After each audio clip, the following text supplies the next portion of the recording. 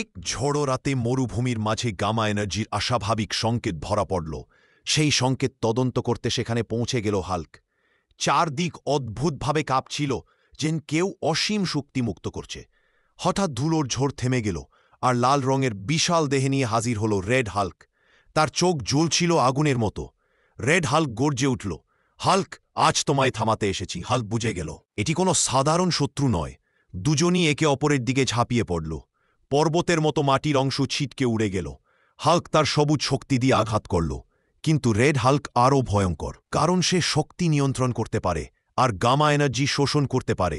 যত হাল্ক শক্তি বার করল, red Hulk তা শোষণ করে আরও শক্তিশালী হচ্ছিল। এক পর্যায়ে হাল্ক বুঝল এভাবে লড়াই করলে হবে না। সে শান্ত হতে শুরু করল। শরীরের গামা কমিয়ে দিল রেড হাল্ক, শক্তি না পেয়ে দুর্বল হতে লাগল। ঠিক তখন হাল্ক একটি শক্তিশালী ঘুষি মারল, যা রেড হাল্ককে দূরে ছুঁড়ে ফেলল। রেড হাল্ক উঠে দাঁড়াল, কিন্তু বুঝল ব্রুট ফোর্স দিয়ে হাল্ককে হারানো যাবে না। শেষে রেড হাল্ক পিছিয়ে গেল। এই লড়াই শেষ হয়নি, হাল্ক, আবার দেখা হবে।